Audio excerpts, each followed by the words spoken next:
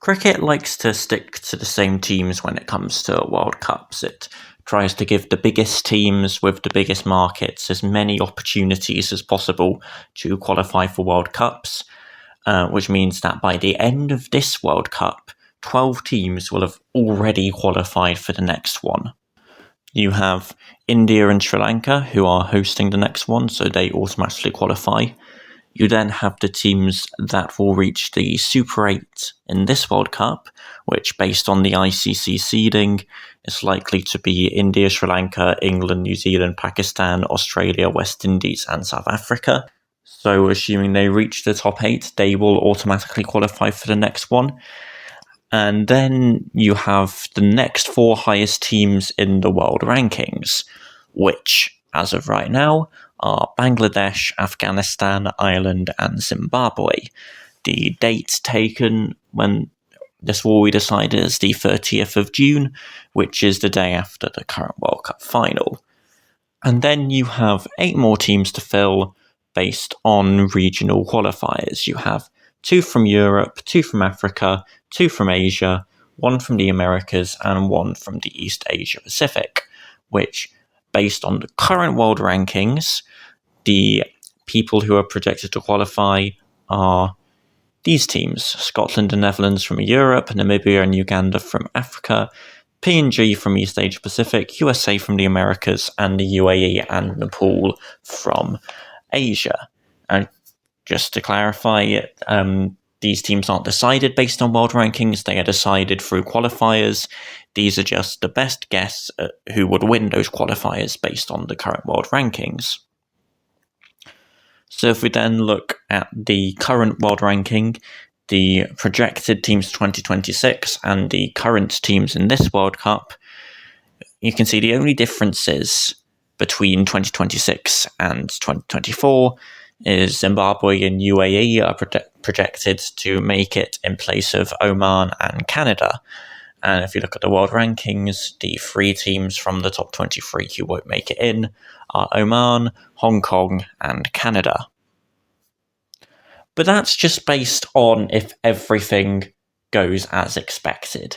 What if there are upsets along the way and other teams sneak into the Super 8s? Now, if any of these teams get into the Super 8, I'm less interested in that because, let's say, if Afghanistan get qualify instead of West Indies, Afghanistan will qualify as part of the Super 8s, and West Indies will qualify based on their world ranking. They will just switch around.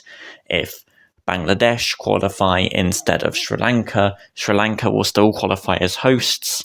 Bangladesh will qualify as getting to the Super 8, and one of the world ranking places will be removed. So there's still 12 places to be qualified, but if India and Sri Lanka don't make it into the Super 8s, then only 2 places will be filled via world rankings.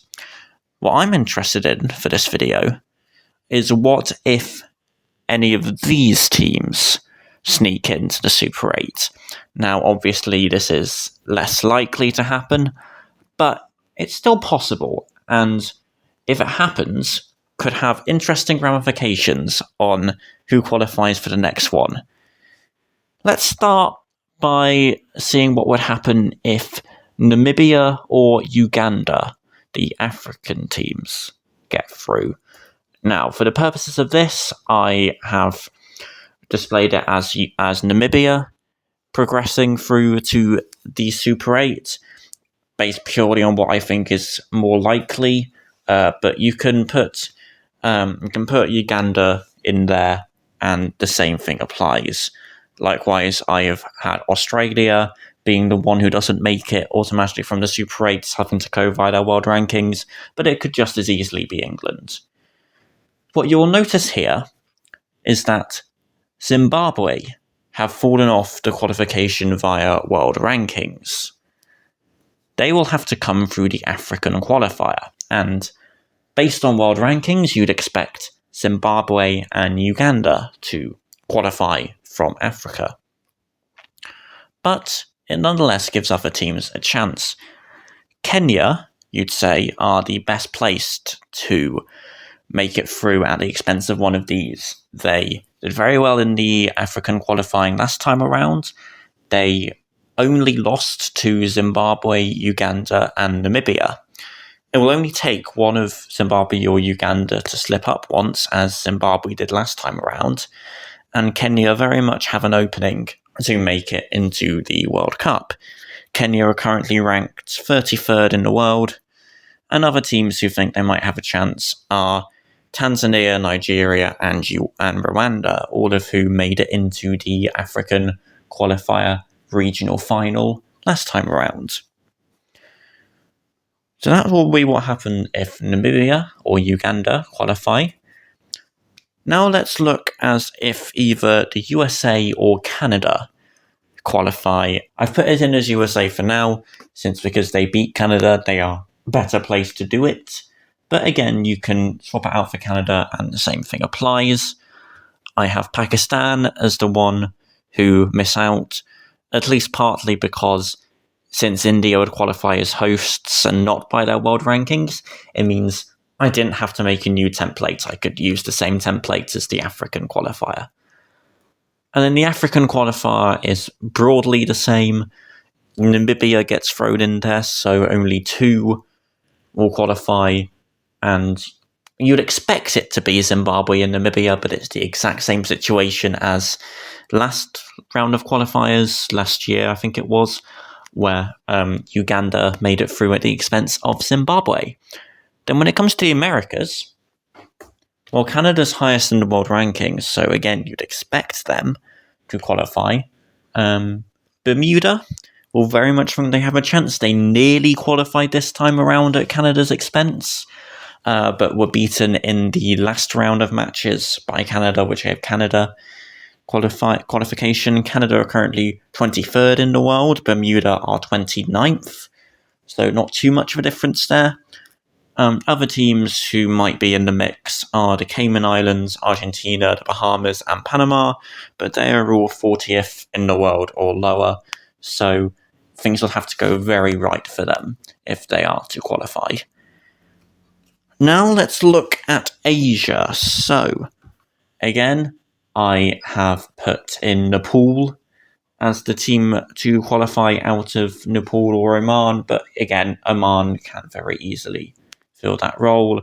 It would knock South Africa into the qualification by world rankings, or Sri Lanka by being a host.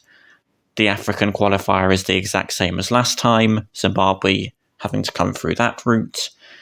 And then for the Asia qualifiers, the 2 you'd expect to come through are Oman and the UAE. And Yemen's more a rectangle, yes, I can see. They are 19th and 16th in the world. Oman qualified for this World Cup, and the UAE was 1 game away from qualifying. The next ones who stand a decent chance, I think, are Hong Kong, who are currently 21st in the world, Bahrain, I might be pronouncing that wrong, who are 26th in the world and were also 1 match away from qualifying for this one. Other ones in the mix will be Malaysia and Kuwait, who are 24th and 25th in the world, and Singapore, who also made the regional finals last time around. Now let's go to the East Asia Pacific, and these last 2 are, I think, the most interesting. So, the only way this will happen is if PNG, Papua New Guinea, get through at the expense of either West Indies or New Zealand. Again, this will knock Zimbabwe back into the African qualifiers, and that's the exact same. But when it comes to who qualifies from the East Asia Pacific, the teams from that region who have qualified for World Cups in the past are Australia, New Zealand, and Papua New Guinea. But they've all already directly qualified in this scenario. The next place in the world rankings is Vanuatu, who were 46th in the world as of recording this video. They came 3rd in the regional qualifiers last time around. Japan came 2nd in those qualifiers, who are 49th in the world. Philippines, currently 57th in the world, came 4th. but they qualified for the 2022 World Cup Global qualifiers. So they have proceeded the furthest in competitions in the past, but who's to say what will happen this time around? Other teams who might consider themselves having a chance are Indonesia, Fiji, and Samoa, but they are ranked 59th, 64th, and 83rd in the world. So you'd expect Vanuatu, but whoever qualifies, it will be their first time at a T20 World Cup. Now let's look at what I think is the most likely scenario, and it's Europe-based. What if the Netherlands sneak in?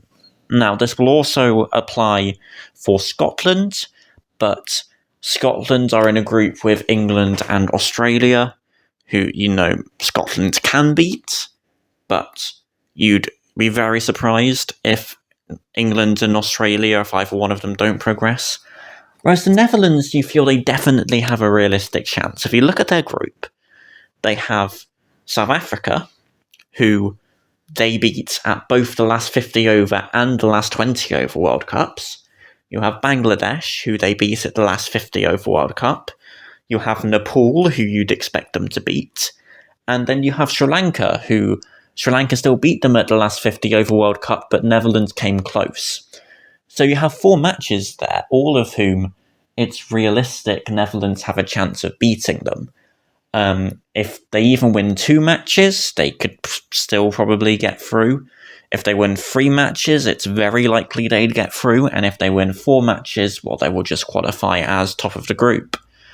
Again, this will send South Africa into qualification via the world rankings, knock Zimbabwe back into the African qualifiers. And then it comes to the Europe qualifiers, because Europe have 2 spaces for qualification. And with all of England, the Netherlands, and Ireland having already directly qualified, the only obvious team that leaves left is Scotland. You'd be very surprised in this situation if Scotland doesn't come through. But then who would be the other team?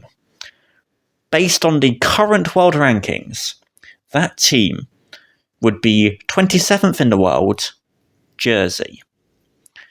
Now, there are other countries who would very much feel they're in with a chance. Italy came 3rd in the Europe qualifiers last time around, so they'd be fancying their chances. Spain, who didn't even qualify for the regional final last time around, are 1 space ahead of Italy in the world rankings. Italy are 31st, Spain are 30th. Germany, Denmark, and Austria are the other countries who made the regional final last time around. They stand at 34th, 42nd, and 50th in the world. And then you also have Guernsey and the Isle of Man, who stand at 36th and 41st in the world. The point is, there are lots of countries who could realistically be the second country to qualify from Europe. Again, like East Asia Pacific, all of these countries, it would be their first World Cup. Now, this is the scenario out of all the ones I presented I feel is the most realistic. As I explained earlier, you can very easily see the Netherlands coming through their group. You wouldn't expect them to, but I don't think it would be a surprise if they do. But also, along with the East Asia Pacific, it's the one that I feel like gives the most unexpected result afterwards. I, for one, wouldn't be too surprised if Kenya make it through. They've been in World Cups before. If Bermuda make it through, they came very close to qualifying for this one, especially since they have Delray Rawlins playing for them. Hong Kong, I don't know if they've made World Cups before, but I've definitely been aware of them as an international team for a while, so if they made it through, I wouldn't be surprised at that. And they are just the best placed teams to cause an upset in the qualifiers. The other scenarios, in the African qualifiers, you have Zimbabwe and Uganda, who have both been in the World Cups before.